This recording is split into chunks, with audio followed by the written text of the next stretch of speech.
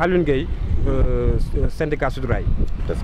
waaw ndaje bi njàqare moo ko waral quoi njàqare ak tiit suñu avenir. maanaam dañoo gis benn document bu jógee Mali buy wax ne ñoom seen 10 milliards yi waroon a joxe parce que 10 milliards état bu ne dafa waroon joxe 10 milliards pour ñu defar le plan de sauvegarde d'urgence bi fi Kibili Touré tegoon. léegi nag waaw ñu gis nag léegi nag ni Maliens ñoom dañoo jël loolu seen 10 milliards utiliser ko pour le transport voyageur au Mali. depuis lors nag bon on n'a pas entendu benn syndicat bu ci wax dara lu jëm ci côté boobu comme nag ñun ay xale yu ndaw lañ te ñun ay 25 ans moo dese ay 25 ans moo dese ñu ci entreprise bi ñii ay 2 ans ñii ay 3 ans mais ñun 25 ans moo dese donc ñu jël suñu destin en main taxaw na léegi war a xeexal suñu bopp. waaw Mali la mu jël moom la soxal ban jeexital lay am ci côté Sénégal. waaw jeexital bi mooy ñun dañoo bëgg état bi mu wax ñu ñun 10 milliards moom fan la koy def ak bu koy def tamit ci nan lay demee ci ñun ak ñun suñu avenir nan lay demee parce que ñun cheminots tamit moom ba tey ñu ngi ci njàqare ñoo bokk ñun ak Maliens ñoo bokkoon benn plan de sauvegarde d'urgence ñoom ils ont pris leurs 10 milliards def ko ñoom seen trafic voyageur léegi ko ñun bu ñëwee ñun ñi tamit suñu état dafa war ñoo informer ci lan la prévoir pour Dakar Bamako ferroviaire. kilifa yi dem nañ Bamako bañ fa demee it ñoom lañ fi wax mooy l'administrateur nangootul ne laajatul état yi 10 milliards yi laajatul 20 milliards yi ñu doon laaj pour relance activité yi donc ñun njàqare bu fekkee relance amul laaj salaire chaque mois nga laaj salaire loolu mënul continuer balaa taam ñu toog ci table waxtaan ñu xam fan lañ jëm ñu lu mu ci décider rek ñu xam ni li la ci décider ñu xamee ko ñu ñëpp toll ci même niveau d'information parce que nag affaire bi tamit mi ngi bëgg a yàgg 4 ans 5 ans ñi ngi toog fii di xaar parce que tamit moom mënuñoo am benn góom bi duré 3 ans bay dugg 5 ans nii ci presque ci année bi ñu nekk nii booba léegi dara rek la wul toujours des promesses léegi nag comme ñun ay xale lañ te ñun li fi des dafa bari li ñu mën moo ñu jug xeex ak état bi wax ko mu wax ñu ñun lan la bëgg a def ci kër gi parce que ñun loolu dong moo ñu ñor dañuy wax lan la bëgg a def ci kër gi. wóolu moom mënatu la am ci syndicat yi parce que kuy dem tàgguwu la bu ñëwee du la wax kooku jaratu la wóolu kooku damaa jàpp ne buy dem peut-être seen demu bopp lañ dem mais kii dem tàggoowul te boo ñëwee doo andi dara it kooku ñu jàppee ñu ko dara. désintéressement laa gis man ci côté boobu.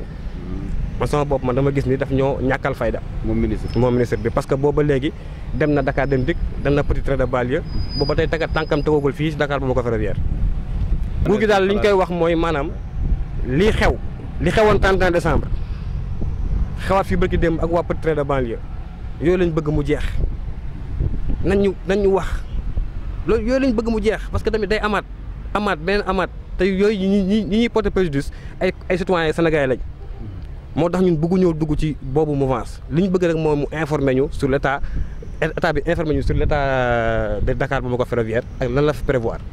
Représentant du syndicat Sudrail.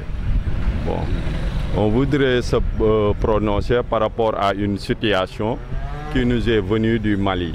En effet, bon, lorsque les États avaient pris l'engagement de mettre 10 milliards de chaque côté pour la relance de nos activités, on avait cru que c'était pour faire repartir le trafic de marchandises Dakar-Bamako.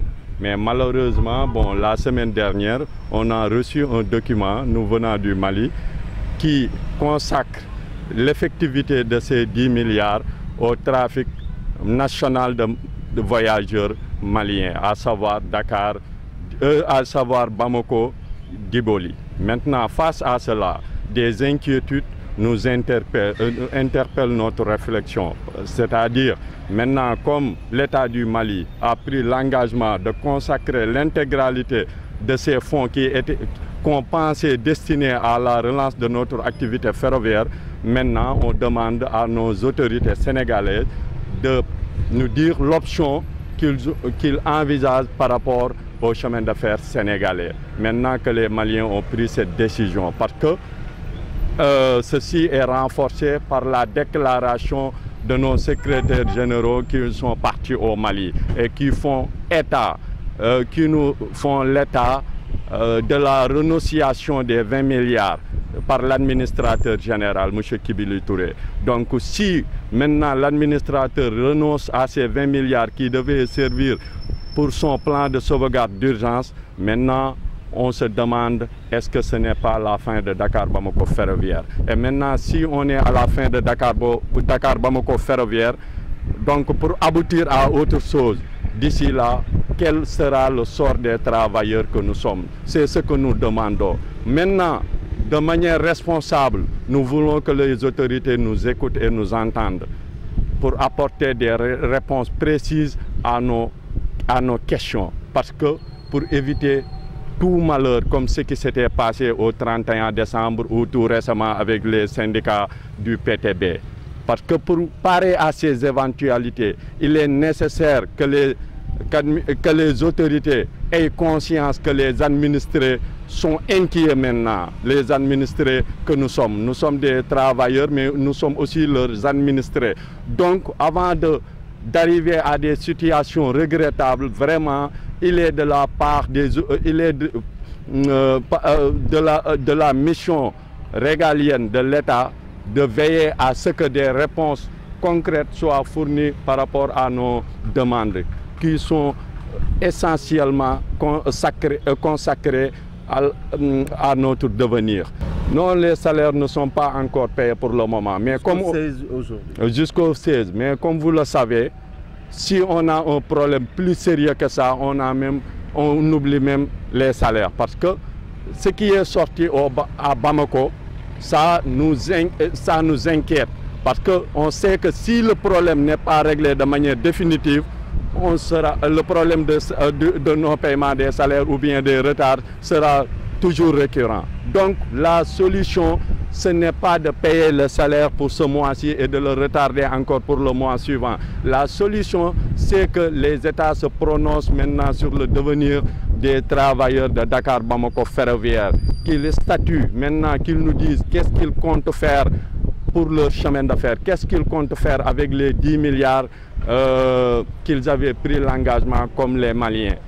Bon, tout cela, nous ne pourrons pas donner des réponses précises à cela, comme vous le constatez vous-même. C'est pour cela qu'on a décidé de prendre maintenant notre avenir entre nos mains, parce qu'on n'a plus vraiment le sentiment de confiance par rapport à ce qui avait notre voix. Donc maintenant, comme vous le constatez, en tant que jeunes, on va se consacrer à défendre nos intérêts de manière quotidienne, de manière permanente. En notre avis, il n'y a plus de syndicats ici. Comme il n'y a plus de syndicats, maintenant, notre destin sera assuré par nous-mêmes. Oui.